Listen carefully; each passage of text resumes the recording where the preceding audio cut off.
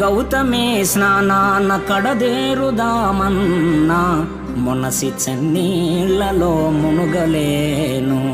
తీర్థయాత్రలచే కృతార్థుడవుదమటన్న పడలినే మంబులే నడుపలేను.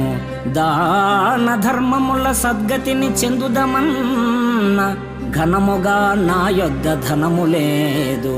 తపమాచరించి సార్థకము నందుదమన్న నిమిషమైన మనసు నిలుపలేను.